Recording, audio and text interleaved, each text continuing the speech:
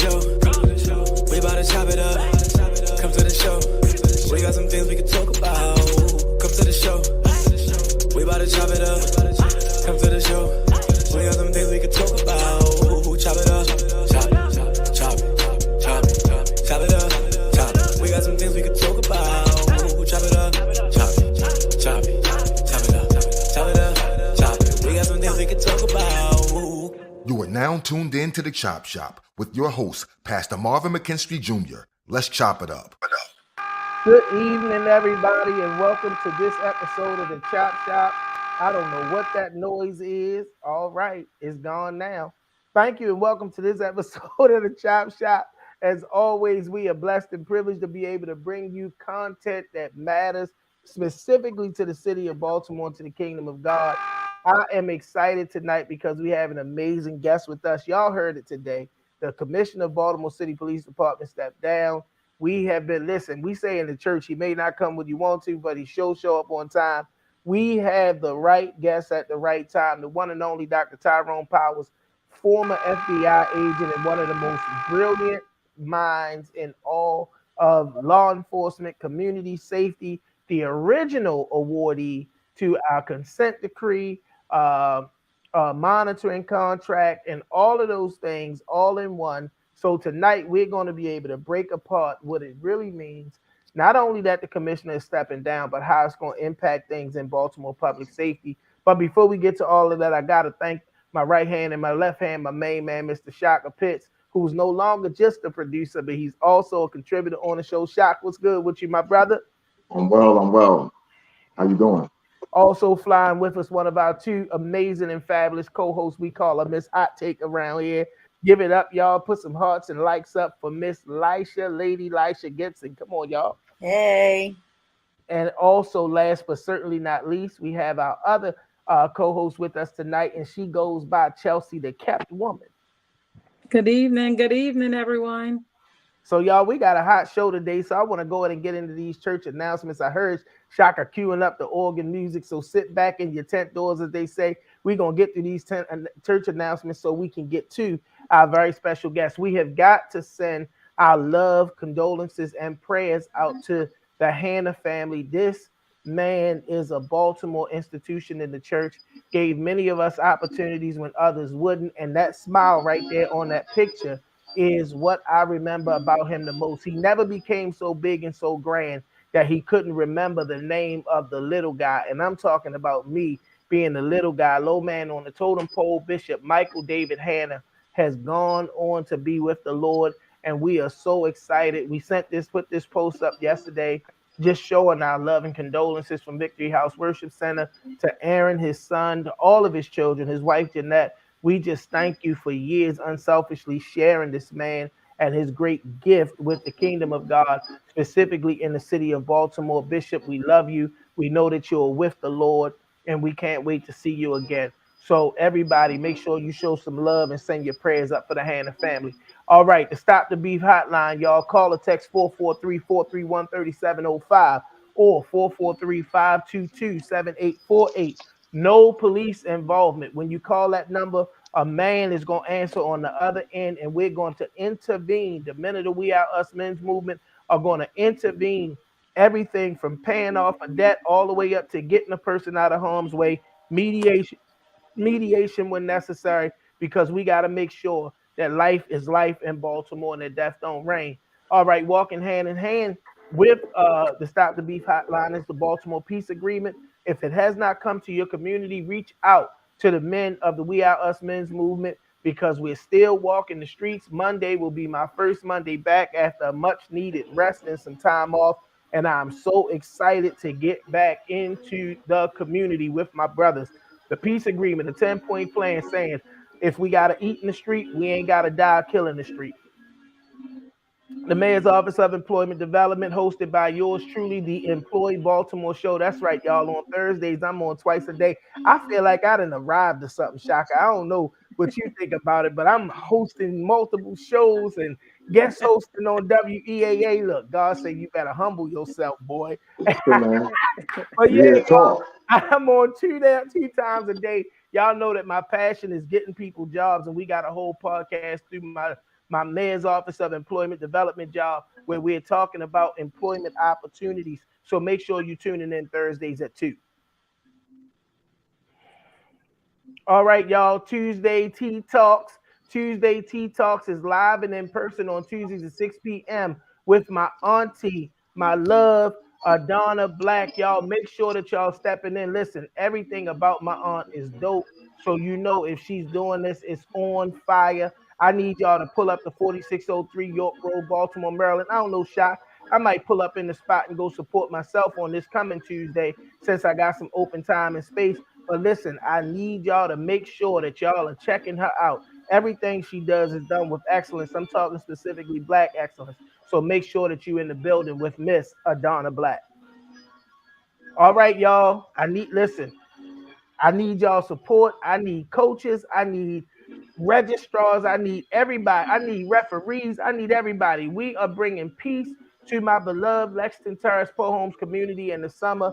What we're going to do is we're going to make sure that our young people have structured activity, and we're putting together a flag football league, y'all. We're putting it together from scratch.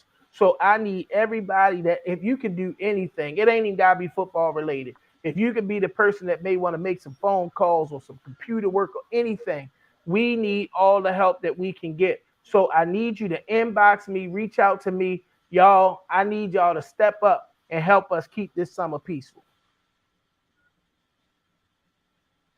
The Afro Soul Festival is happening this weekend, y'all. And listen, there's still a need for some volunteers. There's stipending the volunteers. You're going to see the link and all of that stuff on my page immediately after we come off the air. Y'all need to make sure that y'all there. A day of live performances, good music, and everything Black. That's right, I said it. Everything Black. Afro Soul Festival. This Saturday from 12 noon to 6 p.m. Make sure that you're in the building. 5-star women of color is behind this amazing move. Y'all, we know the AFRAM is coming up, but get to this with the Afro Soul Festival. It's Men's Month in Victory. Come on, y'all, give God some praise for the men. Hallelujah. We kicked it off last week with my good friend and brother, Bishop Dr. Pastor Andre Nance, and he came through with a word that really set the tone. And my brother, Bishop Donnie Neal, is going to come, and he's going to put the icing on this cake, y'all. I need y'all to be with us 10 o'clock on Sunday morning. Bishop Neal came and dropped in on us last Sunday, y'all. We're excited about what God is doing in Victory House Worship Center. All are welcome. Come on in the building. Then Sunday afternoon, I call him my little brother, but he's not little by far in the ministry. Minister Jake Grice of Shalom Free Will Baptist Church is going to be with us. It's our brotherhood service. We want everybody to bring a man. We are honoring 3 men who are doing great work in the community. We have some beautiful acrylic plaques made. We're going to honor these brothers. Everybody that can't get with us in the morning, come out in the afternoon. We're going to be there at 3 p.m. and I promise the Spirit of the Lord will be in the building. All right, y'all. Whenever I see that lets me know we done made it through the church announcements. Man, listen, we done stepped up, Shaka. We ain't introducing just me and you and still getting through the church announcements in 10 minutes. We introducing me, you, Lady Lisha, Chelsea, the Thekeptwoman, talking about what's going on in the city and still getting it done within 10 minutes, man. We done progressed. We growing in this thing, and we are so excited that this man, this brother, this awesome missionary, I should call him, because he had probably enough of a pension that he could have retired and sat still. But even in his retirement from his illustrious, and I don't say that lightly, law enforcement career, he has chosen to teach, to lead, to help mend and heal this community. He put together one of the most comprehensive plans to really bring about change in Baltimore. Now, y'all know them folks don't always listen, but he put it together, and we know his work, and we're still growing to know his worth. He is a college professor. He's a consultant. As I said earlier, he's the original awardee to the monitoring contract of our consent decree. He is a former FBI agent. He's a friend, mentor, and big brother to me. I'm talking about the one and only PhD, Dr. Tyrone Powers is in the building. What's up, Doc? Thank you, and thank you for having me on. Thank you for that Ain't nobody brought you up like that. I'll bring him up better than Steve Harvey, baby. Thank you, and thank your entire crew and your entire group and what you all do in trying to provide information and providing information, and more importantly, solution-oriented information. Because one of the things that I know from traveling the nation, I just got back from New Orleans, and we'll talk about that in the context of the police commissioner. But and what to the national conference on race and ethnicity in higher education, 5,000 people from around the world, and had an opportunity to address them, to speak to them, and put on some workshops for them. And what I suggested to them is that a lot of our solutions don't get implemented. We have a lot of ideas because the theoretical and the practical are separated and abstract, especially to the people most concerned. And the objective is to bring the two together. We have brilliant minds, but brilliant minds won't mean anything unless we can take what they know, put it into a concrete plan that everyone can get involved in. Back to Gil Scott-Heron, who said, no one can do everything, but everyone can do something. Put it in a way that everybody can take a step. People will develop momentum. They will come up with solutions if they are invested and involved. And you have to give everyone something to do, and then they will do something else. We all need a little bit of success so that we can have some motivation and momentum. So thank you for this opportunity. You personified a brilliant mind, definitely, and you couple it with a humility that I've not seen in many people that have done the things that you've done, traveled the world, and still, because one of the things that I didn't talk about is you are one of the foremost requested commentators in both local and national media around matters of public safety and things of that nature, specifically to the urban community. And yet you still make and take time and will work with me to be able to get you here on the Chop Shop. And for that, we're appreciative. We were intended on talking public safety anyway, but after today's announcement, it's no way that we can not kick this off by talking about what we learned today, that effective immediately, from what I understand, aside from some availability to his replacement, Commissioner Michael Harrison, with a little less than a year left on his 5-year contract, has stepped down. The buzz, I believe the information was leaked because he's been getting, people been coming at his neck, whether it was TJ Smith, the city council, or whoever coming at him and wanting to know what he was doing. When did this information actually find you? Did you already know that something was going on, and what was your immediate reaction? Well, I kind of knew, and it's been a evolutionary process, to be quite frank with you. And when I was down in New Orleans last week, stopped by the police station down there, spoke to a captain who I know in New Orleans. And at that point, he told me, he said, look, Michael Harrison's coming back here. This is a city that love him, that appreciate him, that understand his knowledge and understand the challenges and do not play the blame game. In other words, when things go wrong in policing, we don't blame the police commissioner. We help the police commissioner. And he told me last week, I said, well, no, I said, he still have a year on his contract in Baltimore. He said, but we already making room for an office for him back here in New Orleans. It's a place where he's familiar with. He ushered through a consent decree down here. The people loved him down here. He only left because he was recruited aggressively out of Baltimore. And I don't think, as speaking to this captain, that he was really as familiar with the politics of Baltimore, which is extremely divisive, extremely bipolar, jealous. I think it goes all the way back to the Civil War when we were both in the North and the South, the Confederacy and the Union, couldn't make up our mind which side we were going to be on. And I think that he came here with certain policing skills and expertise. He understood it was a difficult challenge, but he thought he was going to be dealing with policing and not necessarily fighting politicians. And in the midst there, he believed that his talent as a police commissioner, and I know a lot of other cities across the nation just looked at his talent as police commissioner and said that your talent as police commissioner is what we need in our jurisdiction. We don't need you to be a politician. We don't need you to do the other things. We know you're kind to people. You know you're a very religious individual with a spiritual foundation. We know that, but we need your policing skills. In Baltimore, you had to have tremendous skills at politics. And I think that to be quite frank with you, is going to hinder our ability to get the type of police leadership we need for a very long time until we can separate politics from policing. Now, policing at its very root is political, but if you bring in a person who's an expert in policing, you have to let him or her answer the policing questions. You have to let him and her set up their shop. I'll say this and then come back to your questions. Reuben Greenberg was a former chief in South Carolina years ago, an extraordinary police chief. When he went down there, they were averaging 15 murders a month. After he took over, they had 1 murder in 15 years. Told the police they couldn't use profanity against the public. Put all kind of things in place that united the police in the community. At one point, when Martin O'Malley was mayor, they were asking him to come here to Baltimore. He came here for an interview, and Martin O'Malley and that group mentioned to him that they had the Maple Linda plan, a policing plan that they wanted to give him to implement. He said, no. He said, you don't call an expert in policing in and give him a plan. You call an expert policing in to create a plan, to assess the terrain and put it in. So he turned down the position because he said in Baltimore, what they wanted was a puppet commissioner.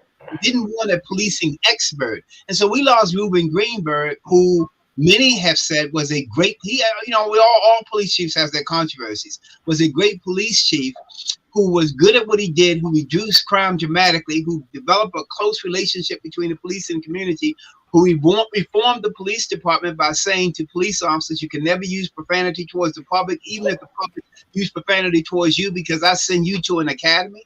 I pay $75,000 to train you, so your behavior should not equal their behavior and shouldn't be compared to their behavior. And eventually, even the groups that opposed him initially, like the FOP, began to say, you know what, this is just strictly policing. This is dramatically reducing crime, protecting and serving the police. It is hard to do that in Baltimore. A few examples. The mayor brought in, and this is I'm saying there's a whole slew of mayors, but this mayor brought in Anthony Barksdale as deputy mayor of public safety. Anthony Barksdale had called Michael Harrison everything but a child of God. He had demonized the man. So strategically, why would you bring someone in who have demonized me and put him in close proximity to me? And no matter what his talents is, this is not enough on Deputy Mayor Barksdale. What it says is that you can't be in that position because I need some continuity and some collaboration at this time. I can still use your consultation. You can still help another others, but those are strategic moves that made the commissioner feel totally disrespected. They had a criminal justice reform at Morgan State University. They had the number of criminal justice professionals up on stage, including the deputy mayor of public safety. The mayor had the police commissioner sitting in the audience. Now you are dealing with criminal justice at Morgan State University in the city of Baltimore. Last I checked, Morgan State University is in the city of Baltimore. You have the police commissioner sitting in the audience. When you introduced Deputy Mayor Barksdale, you said, this is the man who knows more about policing and criminal justice than anyone else in the state of Maryland.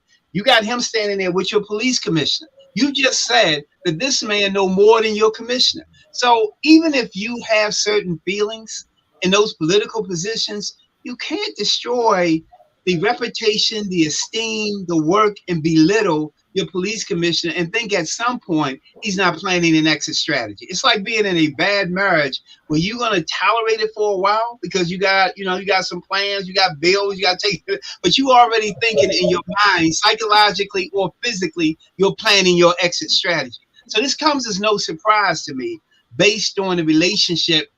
And I don't know what the mayor did any of it with malice. I think he did it with a lack of experience. And I think it's been historic in Baltimore City where politicians have decided that they were going to have puppets in the police commissioner's seat. And then if anything went wrong with crime, the rise of crime, the problems with crime, they fall on the sword.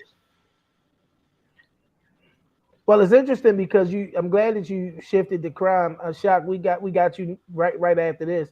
Because one of the things that I learned about Police Commissioner Michael Harrison is while he'll be heralded for how he managed the consent decree over the last 4 years, while he was in New Orleans doing the same thing, managing the consent decree, crime went down considerably, specifically violent crime every year while he was in New Orleans managing the consent decree. many people said that the consent decree was the hindrance to the crime reduction in Baltimore. But I don't believe that can be true because of what I now know about his record in New Orleans. What do you think hindered us seeing the same kind of crime reduction in Baltimore while managing the consent decree the way that they did in New Orleans? First of all, there's a number of factors. I'm not saying that Police Commissioner Harrison didn't have some things that he could have got better at. He will admit that he wasn't finished with the job. But to do that job in quicksand, where every time you go, you got city council people who can't even spell police questioning you about policing issues because they are trying to play to their audience. When you're dealing with that and you're sitting in those budget hearings and you said, this dude here is asking me about this. He doesn't understand policing. He doesn't understand deployment. Now, I'm not saying the city council shouldn't ask those questions, but they should have people on their staff who are experts in that field. It'd be like the president of the United States not relying on his secretary of defense or the head of the Joint Chiefs of Staff. The president of the United States is the commander in chief, but he or she in the future, hopefully, should be in a position to call the person who is the military person and say, the head of the Joint Chiefs of Staff, how do we carry this out? He or she shouldn't have to answer that. But to be in city council and have people who have never had a background in policing, some of them hadn't had a background in anything. Remember, politicians are elected based on popularity, not based on expertise, knowledge, or skill set. We don't even ask them about that. We ask them how popular they can be and how well they can sound when they come to the public and talk to us. But to sit there and have to deal with that, then have to deal with the other issues I just mentioned to you, made it more difficult for him to make the significant progress that he could any other place. Now, New Orleans is different. New Orleans had its problems of corruption. You had a mayor now, Nagin, who went to jail, who just got pardoned by, of all people, a black mayor in New Orleans who was pardoned by Donald Trump for his, and let out of jail, let out of prison for that. So they've had their problems and issues. But what the difference is that when they have their problems and issues, they don't necessarily blame the commissioner, they help the commissioner. In Baltimore, whenever there's problems and issues, we're trying to play the blame game.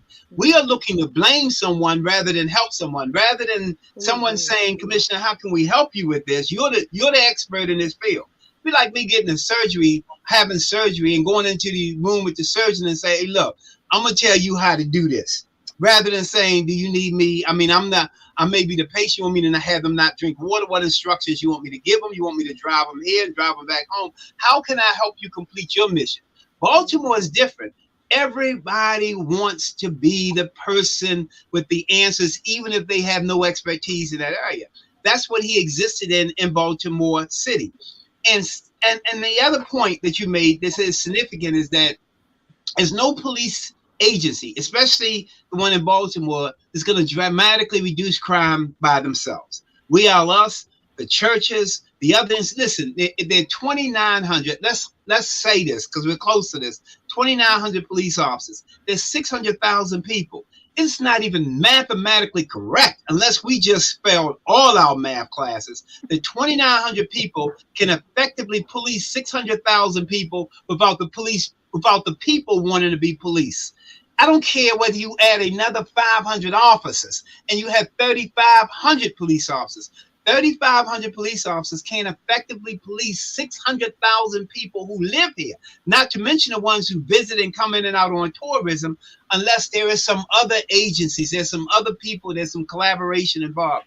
When Sheila Dixon was mayor, when Kathy Pugh was mayor, I went straight to them and said, you need a director of public safety. Why do you need that? Not a deputy mayor of public safety who only know policing. You need someone who can unite your fire department, your health department, because you're going to have crime when children go to school and they've got all kind of health problems, including cavities and cataracts and all kind of eye problems. So you need to unite all those agencies. A director, a police department, a police commissioner focuses on policing issues.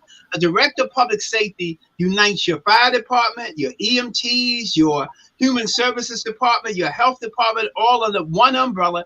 And what they do is they say, we see this entire picture as a way to dramatically reduce crime. You can't ask a police commissioner to see all of that and to do the work of policing, especially when he's got politicians, again, who don't know policing, who are trying to grandstand. Half of them want to run for mayor or rerun for their positions, or you have a mayor who who's not acting with malice, but is always in fear that somebody may be running against him. So you feel the need to look more intelligent than you are. What makes us intelligent is knowing what we don't know and hiring the people to come in as experts and tell us what we don't know. We don't have to know everything. You're dealing with all of that in Baltimore. So no police commissioner can dramatically reduce crime by themselves. We have an issue. Let's face it. We don't want to talk about it, but I've met with numerous people, you know me, Pastor. I met with the head of the sexually transmitted disease unit at University of Maryland. He said, Tyrone, you're young people. You got a problem with sexually transmitted diseases that should have been dealt with a long time. You ain't even talking about that. He said, I can't talk about it. I think he was from India and Pakistan. He said, because then it's going to look racist. He said, but in your churches, in your schools, in your classrooms, somebody needs to talk about that, because you got young people who are getting sick physically and then mentally, because they affect your mental capacity, and no one's even addressing that. Between 2018 and 2022, the suicide rate for Black teens, Black children from 7 to 20 doubled by 50%. The suicide rate for white children didn't increase at all. Between 2019 and 2022, we're not even having a conversation about that. I've never seen a newscast in this city that lead with suicides as opposed to homicides, even though suicides are a precursor for homicides, because if you're willing to kill yourself, you're damn sure willing to kill others. We haven't even addressed that particular issue. And the only people who are going to address that, we talked about this over and over again, Pastor, the organization, it is going to be us. We're going to have to force the powers to be to bring all those entities together to say that we plan to dramatically reduce crime is not a policing plan. And we all know that. We completely know. We know that in our households. We know that with our family. We know if children are not being disciplined, if there's no consequences and repercussions. I'm not even talking about for crime. I'm talking about for doing things in your household. Then that's other issues. And then let the police commissioner do his job. And he's already got the FOP. Listen, the head of the FOP, Makuso, is a man who's not an expert on policing. But every time there's an issue in policing, the media go to the head of the FOP. He was elected to the position by other police officers. The highest rank he obtained is sergeant. If he was a brilliant police mind, he would be a commissioner or a researcher. We keep going to the FOP like we're going to the FOP for expert analysis of the crime issues. No one in the FOP is an expert on crime. Maybe PERF, the Police Executive Research Forum, maybe the International Chiefs of Association of Chiefs of Police. But really, we're asking FOP about the resignation of the commissioner, and no one in there had probably read a book on policing. They've done patrol, and the highest rank the head of the FOP has attained is sergeant, and he's elected as a union leader, not as an expert on policing. And somehow, when we lead the news and we want to know how to reduce crime, we're asking the FOP for a policing plan. It makes no logical sense. And here's the last part. Here's where it's an indictment on us. At this point in 2023, for us to be grown Black people, for us to be intelligent as we are, as educated as we are, as spiritual as we are, right? As God is for me, no one can be against me. We're not even asking those kind of questions. If I want to know why we're not solving homicides, I don't need to talk to the police commissioner. I need to talk to the person who has the homicide unit, because he's supposed to be, or she's supposed to be the expert on homicides. The commissioner is running the whole department. We don't even ask to talk to them, to sit down and do an interview. We don't even ask them to come on our program so we can have a conversation. What about sex crimes? A few years ago, when we had a commissioner here who said that he found 80 boxes of cases in the back room of Black woman who had been raped in this city. The cases hadn't been investigated because somebody put them in the back room and forgot them. So you can have women raped.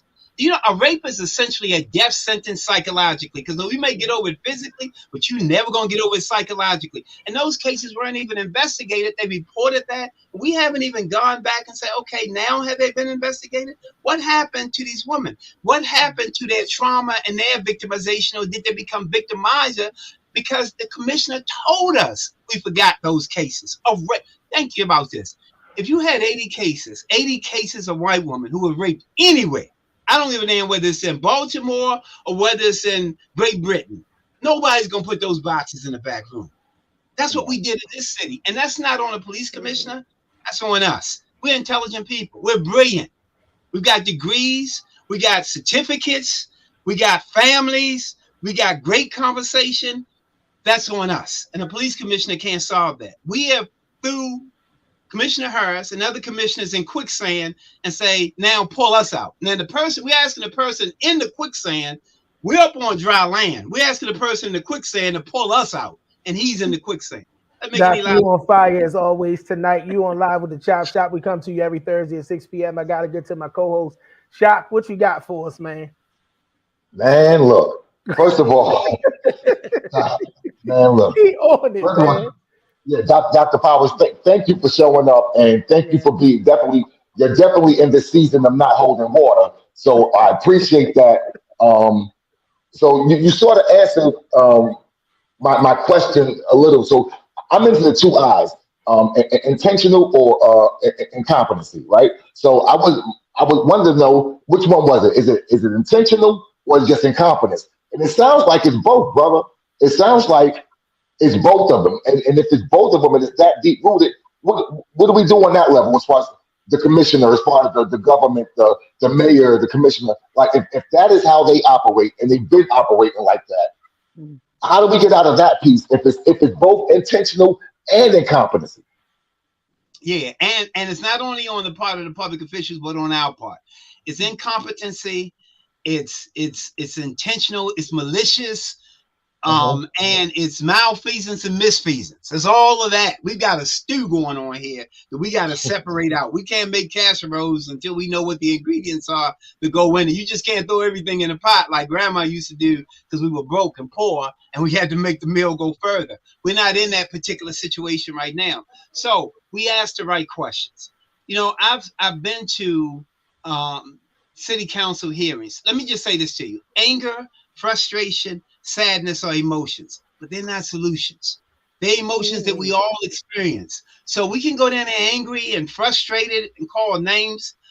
There are radio show hosts and others in this town who love calling names, who love denigrating people, but that's not solutions, right? That doesn't mean anything to anybody but you. You just entertainment at a time when we need you to ask the question. So if we had the way we can hold them accountable is if we ask the right questions. I've said this before, you know, Pat, I want to call you Marvin because I feel like we're such close friends, we're brothers, but I also want to respect your position. Call me Marvin if you want to, Doc. I want to respect your position, and I'm hoping that if I use your formal name, you'll pay me the money you owe. But I'm just kidding.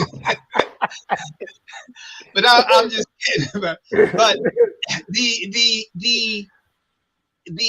our ability is tremendous. The questions we ask are not. When I first came back to the city as from a special agent with the FBI, I knew what I was going to encounter. The good thing about the FBI is that I understand counterintelligence, I understand counterterrorism, I understand the behavioral science unit, the psychology of crime, the psychology of the people who see crime as an industry. I worked undercover in a drug cartel that went from Colombia, South America, to Los Angeles, to Detroit, to Cincinnati. And I sat with cartel members who sat there and told me that it's not our problem that we're delivering drugs to cities in the United States. We've never forced one person to take our drugs. If they said no, we just wouldn't have a market. So they keep blaming us to delivering to them what they're asking for because someone convinced them that they need it. In other words, the psychological issues. 52% of all the cocaine in the world is consumed in the United States of America. We are a nation of addicts. We use drugs for everything. The cartels who I work with in my undercover mode said, listen, and they were sitting there, they didn't even know who I was. They were sitting there and said, listen, these people, we're giving them what they want.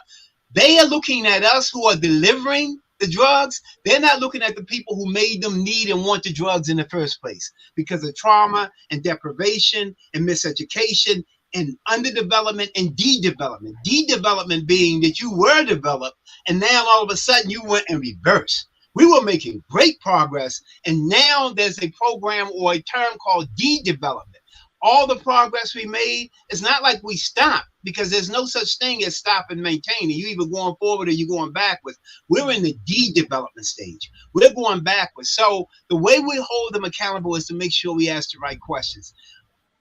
Every time I go on Fox, and people say, "What are you doing on Fox?" Those people are, extremely concerned. I said, "Listen, let me tell you something. I wanted to make it abundantly clear that I don't care whether it's the Ku Klux Klan asking me the question or whether it's the Black Panther Party for self-defense. The answer is the same. Truth is truth. And I'm not afraid to answer any question. If I'm the mayor of the city and some reporter from Fox come up to me and ask me 3 or 4 questions, I say, hold up. Okay, that's a good question. Let's sit down. Let's have an interview right now. Not when you go back and prepare your notes and get one of your lawyers to help you. Let's stop the press conferences because they're not smarter than you. But we're so afraid of them that when we point to them to ask them a question, we already backing up to them. Why are you asking that question? You out to get me. Just say, no, bring it. Because you are not smarter than me. I know these people. I know my people. I know our evolutionary process. I know this city. I know the trials and tribulations we're dealing with. So that's not a question you can ask me that you can scare me into backing down or looking like I'm backing down. You don't have to send me a letter and request certain information. I'm going to tell you what I know, and what I don't know, I'll get you, because my purpose is true and honest. So what we have to do is be in a position to ask the tough questions. They're not tough questions, they're just questions. I'm not asking these questions to show how smart I am. I'm asking these questions so we can dramatically reduce crime. When the curfew first came out, people say, well, how the police going to enforce the curfew? The curfew wasn't just for the police. It's so that those parents who needed a reason to ask their children to stay at home could ask them to stay at home and have some backing behind them.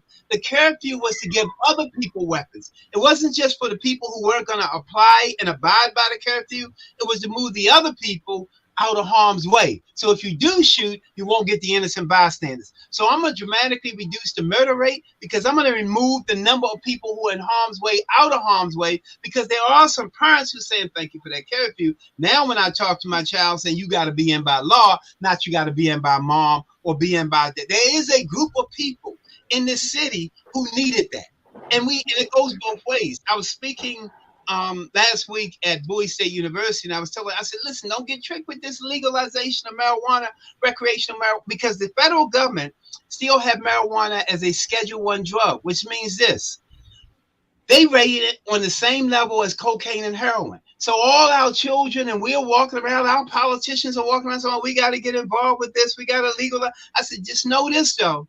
You are disenfranchising your children from 700,000 federal jobs that require a security clearance. Because while the state and federal government, they're not going to get arrested, they're not going to get charged, they're not going to go to jail, but the federal government are not going to hire them. So if your child is 4.0 and they're trying to get a job at NSA or the State Department or the FBI or the FDA, the federal government's going to say, yeah, it's legal, it's recreational, but it's not legal on the federal level, and therefore you're unemployed. We are participating in a disenfranchisement of our children for profit. Somebody called me and said, Doc, I got a security agency. Can you help my security agency protect when we go to recreate? I said, no, man, I can't participate in something that I know is detrimental to our people. I'm not condemning you for it, but we got to think this thing through. Everything that's good for them are not necessarily good for us. Trust me.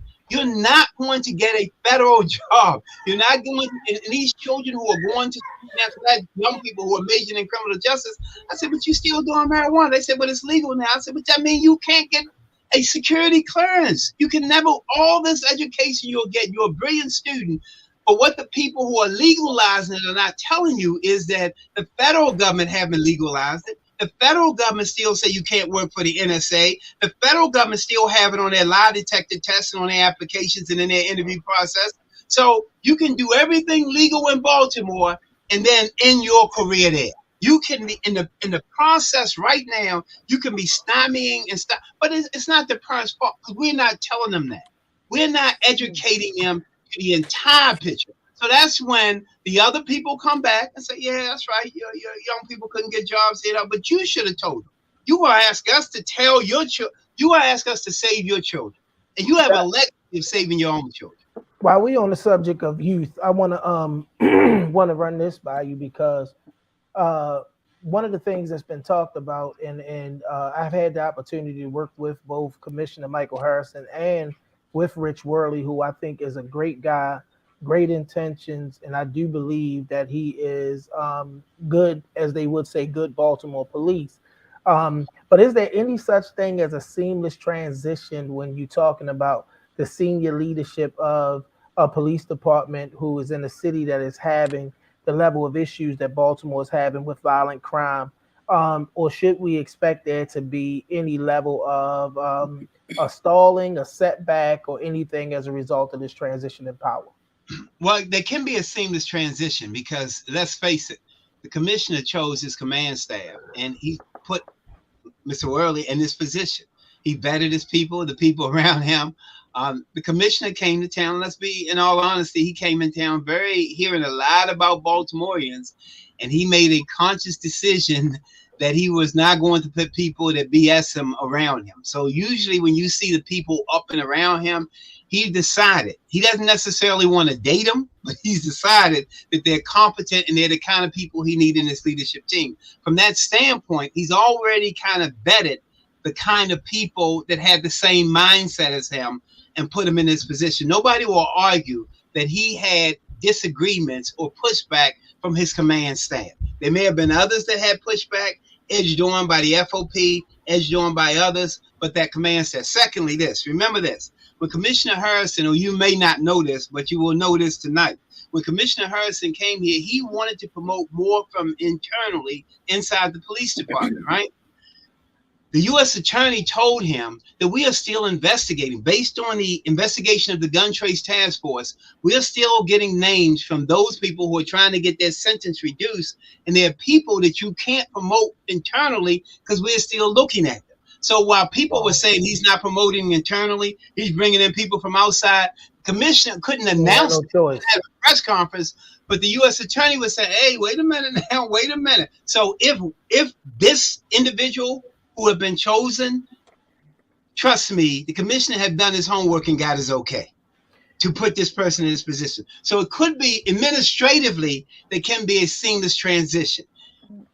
The commissioner, who had a great relationship with Judge Badar, has probably already talked to Judge Badar about this, and Judge Badar has said, I'm good with him. Trust me.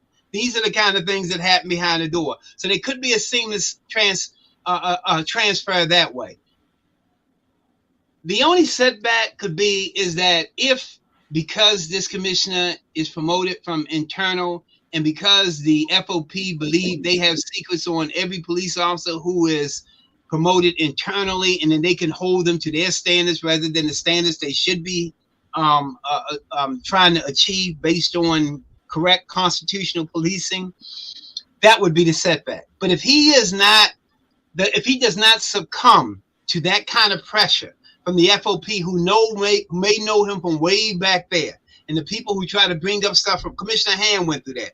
People who knew him way back historically say, if you don't do this, if you don't allow for this policy, we're going to tell what you did when you were an officer 15 years ago. There's a chief who just applied for a position in Texas who is an excellent chief, but the FOP didn't want him, so they released information about something that happened when he was on the police department 6 months into his agency. If he does not succumb to that, then there could also be a seamless transition in the crime reduction strategies, the strategies that are designed to enhance life chances for the people, and that it could be a seamless relationship in terms of enhancing police community relations, and none of those relationships will be severed or broke if he doesn't succumb to that. Because the other parts, I'm almost certain Commissioner Harrison had vetted him for. And trust me, Commissioner Harrison is not leaving here. He said he has to take a rest after 9 years. The rest he needs is after the 4 years in Baltimore City. He didn't need a rest after being a police commissioner in New Orleans. But trust me, his druthers is to go back to New Orleans. Not because New Orleans doesn't have his crime problems. Like every city has its crime problems, but at least in New Orleans, he doesn't have to fight the politicians and the bad guys. He doesn't have to be afraid of both the people who are committing robbery, rape, and carjackings, and the people who are supposed to support him in his work to reduce crime and to protect and serve the people against robbery, rape, and carjacking. And that's what he needed a break from. He needed a break from fighting a war on 3 or 4 fronts. If he's going to fight or try to change and dramatically reduce crime, he needs the ability to do that. In New Orleans, he felt he had the ability to do that. It wasn't perfect, but he didn't have people telling him what to do with his job, or didn't have people setting him in the audience while the mayor sat up on stage who don't know anything about criminal justice and had his commission. He wasn't disrespected. No one wants to be disrespected with their level of expertise. And the last straw was when the mayor said the other day, when he was asked, they said, well, are you going to go ahead and renegotiate the commissioner's contract? He said, there's plenty of time for that. That's disrespectful. That's disrespectful. Yeah. And the man who is ushering in your consent decree, you already spent $9 million on it. That's disrespectful. Say one thing or the other. I'm trying to tell you, the commissioner felt that he is competent enough at his position where he doesn't have to take disrespect from what he considered a child mayor. You're on Live with the Chop Shop. We come to you every Thursday at 6. Lady Lisha, what you got for us tonight? So my question is, transition may appear to be seamless. Prior to Commissioner Harrison coming on board, we kind of floated back and forth through 4 or 5 commissioners before we got him in place. 13 since I believe 2000. Oh, see, I didn't go back that far. So 13 commissioners since 2000. If we hadn't put him under a 5-year, if he hadn't been placed, because we didn't do it, hadn't been placed under a 5-year contract, we don't necessarily know if he would have remained. How do we know whether or not we're going to see the consistency and continuity within this office if we don't have anybody there stable? Here's the deal. I think they're stable. I think some of the past commissioners was just problematic. I mean, let's face it. Ed Norris ended up in federal prison. We had a commissioner indicted for attacks. Violence. We had all kind of so we didn't do our vetting process right. This commissioner had none of that. You get what I'm saying? And I think he very well, based on what we were paying him, had we simply let him do his job, even if we weren't satisfied with his job, I think he would have at least stayed through the end of his contract had he wasn't disrespected. I really do think so. And even if we had disagreements because we have disagreements about the job everyone do. Nobody does a perfect job. And I know Marvin think he does it perfect. Even he doesn't do it perfect. No, I'm just kidding. But not everyone does a perfect job. But I think he would have stayed to that. But the disrespect was just too much when you're talented enough to dramatically reduce crime for people in other places. So the stability in that position is going to require a thorough vetting process to making sure that we're bringing people in, not puppets of politicians, but people who are experts in policing. They have the best interests of the public in mind. Secondly, the people who don't play the blame game. This is a city, I'm trying to tell you, this is a city noted for playing the blame game. Again, when I came back and started doing work in the city with the people's plan to dramatically reduce crime, people kept saying, I got called downtown for a meeting by some public officials and some power brokers and say, okay, you back in this town, people are listening to you and all, what do you want? I don't want to run. I'm not running for office. Can't you just want the things for the good of your people? Why do I have to? You get what I'm saying? So that's how this city works. That it's always quid pro quo. That people are looking for something else. So I think we can have stability in that position.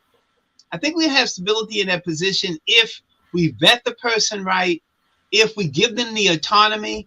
I think the reason that I think Commissioner Harrison was warned about the quicksand of Baltimore City. He said, if you listen to him, his coded message the other night at the budget meeting, when he was asking him about Baltimore and New Orleans, he said, no, but New Orleans is not Baltimore. He said, Baltimore, that's what he said in the public forum, that people are not as corrupted or politically ambitious or play the blame game in other cities like they do here. If you have someone who understands that, write that into their contract, get some separation between them and the politics of this particular city and allow them to focus on the things they need to focus on. Get a public safety director who can unite all those agencies, not usurp the power of the police commissioner or the fire chief or any other position, but unite them under one base with one mission, with one goal with the community. Then I think we can have some stability. In the past, we haven't done that because we've engaged in political policing. How can I get a commissioner in here that can reduce crime immediately so I can get reelected? Not how can I get a police commissioner in here that can dramatically reduce crime so that people can live in a peaceful environment and for once pursue peace and prosperity and happiness and safety for their children. If that's the mission, as opposed to how can I get a commissioner in here to get me reelected, if the mission is how we get a commissioner in here that bring peace to this city, give people the ability to walk around and feel safe and to enhance and increase their life chances, then I think we can create some stability. Chelsea, the Catwoman, what you got for us? Every time I had a question, he answered it. But I just want to ask Dr. Powers, what do you think the next police commissioner, do you think if we remove all of the overhead and let him have his way, we would have some longevity with someone to stay in place to get the things done? And I think everyone needs oversight. So I'm not suggesting that they don't have any oversight. That's why I say a public safety director, so the mayor can go do his thing. I'm not saying he doesn't need a police commissioner, whether it's a he or she, doesn't need oversight. You know, I think they don't need you actively fighting against them or playing the blame game against them. They don't need you at press conferences explaining criminal justice things and you've never taken a criminal justice class. They need you to say, I have confidence in my police commissioner. I'm going to let him or her explain that. They don't, that's what they need. They don't need the grandstanding and the finger pointing. And they don't need you having your mayor's office, Monzi, creating a policing plan, the mayor having a policing plan, and the police having a policing plan, because the police commissioner said, but there's only one policing plan because I'm the police commissioner. So why are you creating a mayor's policing plan and a policing plan out of Monzi? If we can get rid of that mess and you have enough confidence in your police commissioner and say, you do the policing thing, you tell me what you need to be successful so that I can protect and serve the people of this city in the best way that I possibly can. You tell me what, if you need me to help you create a better relationship with the state's attorney, if you need a better relationship with the health department, if you need a better relationship with the CAO of the school system, I'm a politician. I facilitate relationships. That's what politics is. Who get what, when, where, and how. Let me know how you want me to facilitate, and then I'm going to let you do what you do. I thought that's what the city administrator was for. Okay, that's a good point. Oh, sorry. Listen, this is the first time, and this is what, and I'm saying that is a good thought, but that's not, the city administrator technically was to do the day-to-day operations, nuts and bolts operations that the mayor was incapable of. Again, we don't hire mayors because of their capabilities. We hire them because of their popularity. So if you go out tonight and you lead 20 protests or 20 movements over the next 4 or 5 years, we may elect you. Now, you may very well, maybe we should elect you, but we should elect you based on your substance, not based on just what we see, right? We need to look at you deeper and see what your skills are. We need to hear you say, listen, I'm not an expert in every field, but I'm smart enough to know that I'm going to rely heavily on the head of my health department, heavily. And listen, what a public safety director will do too is get everybody involved in dramatically reducing crime. I've said this over and over again. The Department of Public Works is going to see more than police officers on patrol. They just got to say, this is what we're seeing. This area has a lot of abandoned houses, a lot of trash, but we also, I don't have to wait for the citizens to report open air drug markets. If I got public safety people out there cleaning the streets. If you have a public safety director, he can say, report that to the public safety director. You don't have to report that to the police. And the public safety director's job is to coordinate that information so that I'm receiving information from all these different, my EMTs are the first one on the murder scene. So if I want to hire rate, they're likely to see more than the police do when they get there because they're seeing things when they first get there. Now, I don't want to turn them into police, but they may put that in their report to the public safety director. You get what I'm saying? So that's why you need to coordinate all that so you're not putting all that burden on the police department. We talk over and over again about the consent decree, and we mentioned this earlier, being a hindrance. The consent decree requires constitutional policing. Technically, policing was always supposed to be constitutional. It was never supposed to be unconstitutional. If I am a good police officer, I believe that I was a great police officer and a significant and productive special agent with the FBI. And I never had to plant drugs on anyone, never had to lie in court, never had to lie on the stand because the training and the techniques taught me how to catch bad guys. I had discretion. I wasn't arresting people for small amounts of marijuana. When marijuana was illegal and I was patrolling and I would pull somebody over, I said, you got marijuana in the car, let me check your car. Check the car, they only had what they were smoking. I said, just throw that in the grass, man. Don't let me catch you doing this again. You feel what I'm saying? So there's ways you can effectively police where you're not ignoring what we call the only nuisance crimes if you don't live in these communities. If you live in these communities and you come out your door and somebody urinating on your step, that's more than a nuisance crime. That's a problem. You feel me? I hate to cut you off. Only people who are abstract can call that a nuisance crime. Yes, you do mean to cut me off, but go ahead. We gotta rap and get you back because that is intentional. It's intentional and malicious. We got some time. Egregious and unacceptable. But look, it's the producer sending me notes talking about it's time to wrap up. He's gonna jump on me. Wow. You know what I mean? Dr. Powers, listen. We gotta get you back on here, man. And finish. City Council and full of that. Because the content be so rich, man. It's like school is in session. Yeah. We got Dr. Powers on here, and we got such a powerful audience on tonight. That the last thing I want to do is cut it off, but we really do got to wrap it, Doc. I thank you so much for being with us. Thank you so much. Thanks and for the opportunity. You took no tea for the fever. I know when we reached out, we were talking about the trends in crime and all that sort of thing, but we couldn't get past what took place today. And look, right, Johnny, on the spot, you were ready.